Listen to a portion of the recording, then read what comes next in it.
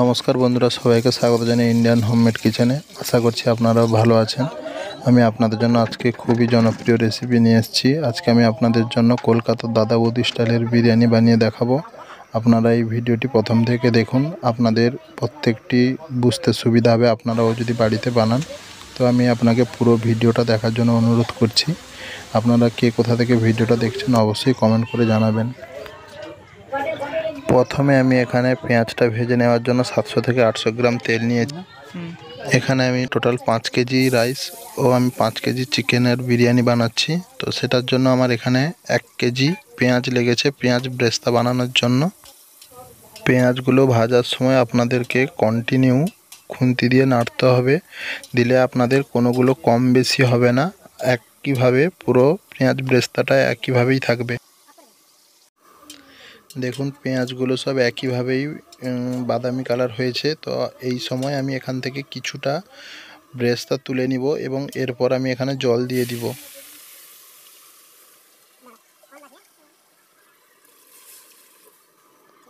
তো এখানে আমি প্রথমে যেটা করব, আলুগুলোকে এখানে সেদ্ধ করে নিব। তো আলু সেদ্ধ করার জন্য পরিমাণ মতো যেটুকু জল লাগবে ওইটুকু জলই আমি এখানে দিব। এখানে আমি 2 লিটার মতো জল ব্যবহার করেছি।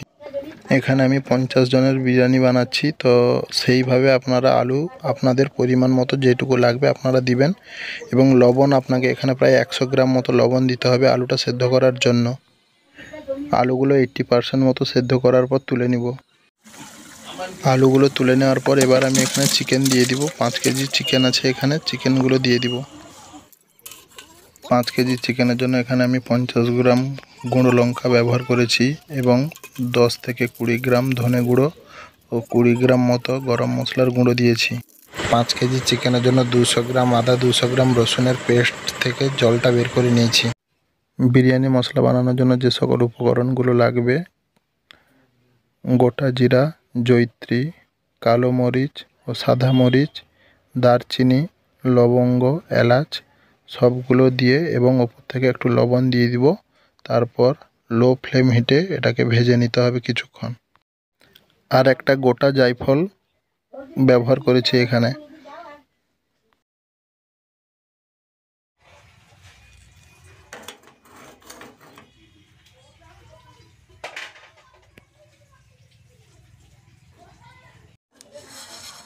মশলাগুলো ভাজা হয়ে গেছে, ঠান্ডা করে এরপর এটা মিক্সার বলে দিয়ে গুঁড়ো করে নিব।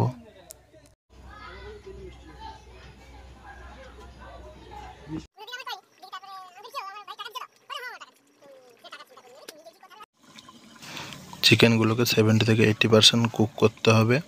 এরপর আমি ভেজে রাখা মশলাটা ওপর থেকে দিয়ে দিব।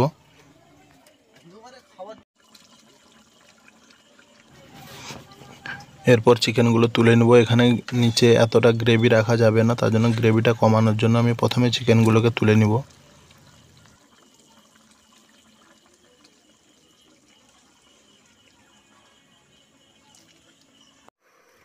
গ্রেভিটা কিছুটা তুলে নিয়েছি। এরপর আমি সবার নিচে চিকেনের লেয়ারটা দিয়ে দিব। এরপর আমি এখানে চালটাকে বয়েল করে নিতে হবে। এখানে আমি বাসমতি চাল 5 কেজি নিয়েছি। চালটাকে 2 থেকে 3 বার মতো ধুয়ে নিতে হবে ভালো করে এবং চালটাকে আধা ঘন্টা থেকে 1 ঘন্টা ভিজিয়ে রাখতে হবে।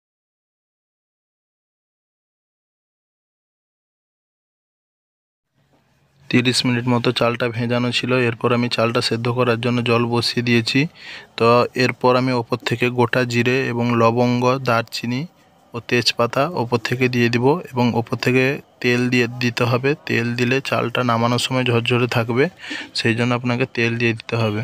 এবং চাল বয়েল করার জন্য পরিমাণ মতো এখানে লবণের পরিমাণটা হচ্ছে, আমি এখানে 5 কেজি চালের জন্য 300 গ্রাম থেকে 350 গ্রাম মতো লবণ ব্যবহার করেছি।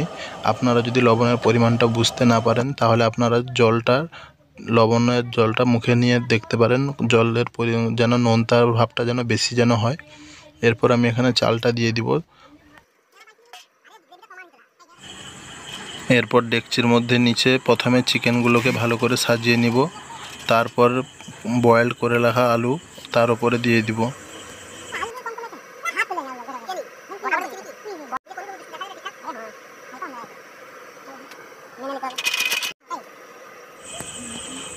এরপর ওপর থেকে 250 গ্রাম মতো টক দই দিয়েছি ও ভেজে রাখা মশলার গুঁড়ো এবং ভেজে রাখা পেঁয়াজ বেরেস্তা চারিদিকে ভালো করে ছড়িয়ে দিতে হবে।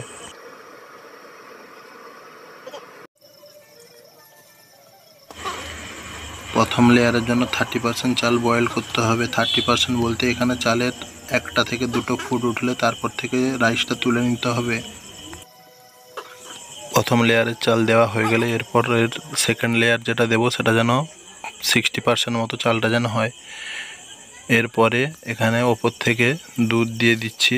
এখানে আমি 500 গ্রাম দুধ ব্যবহার করেছি ও ওপর থেকে আরও কিছুটা পেঁয়াজ বেরেস্তা দিয়ে দিব।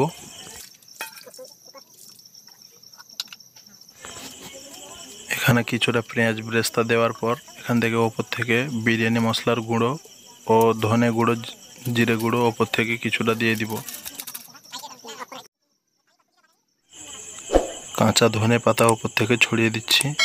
এরপর এখানে আমরা কালারের জন্য ফুড কালার ব্যবহার করেছি। আপনারা চাইলে এখানে কেশর দিতে পারেন। ফুড কালারটা আপনারা যাদের পছন্দ নেই তারা ফুড কালার দিবেন না এখানে। এরপর এটা আমি দমে বসিয়ে দিব। এখানে ওপর থেকে ঢাকা দিয়ে দিয়েছি, তার উপরে গামলায় একটা জল দিয়েছি। তো এটা 10 থেকে 15 মিনিট ফুল হিটে দম দিয়ে নিতে হবে। তারপর লো ফ্লেমে আরও 10 মিনিট দম দিতে হবে। এরপর আমি ওপর থেকে এখানে 250 গ্রাম ঘি দিয়ে দিচ্ছি।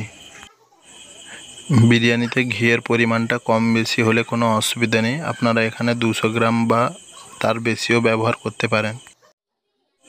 আপনাদেরকে আজকের এই বিরিয়ানি রেসিপিটা কেমন লেগেছে অবশ্যই কমেন্ট করে জানাবেন। আপনারা বাড়িতে একবার হলেও কলকাতার এই দাদা বৌদি স্টাইলের বিরিয়ানি বাড়িতে একবার বানিয়ে দেখতে পারেন। সকল ভিউয়ার্সকে অনুরোধ করছি অবশ্যই চ্যানেলটি লাইক, শেয়ার ও কমেন্ট করতে ভুলবেন না।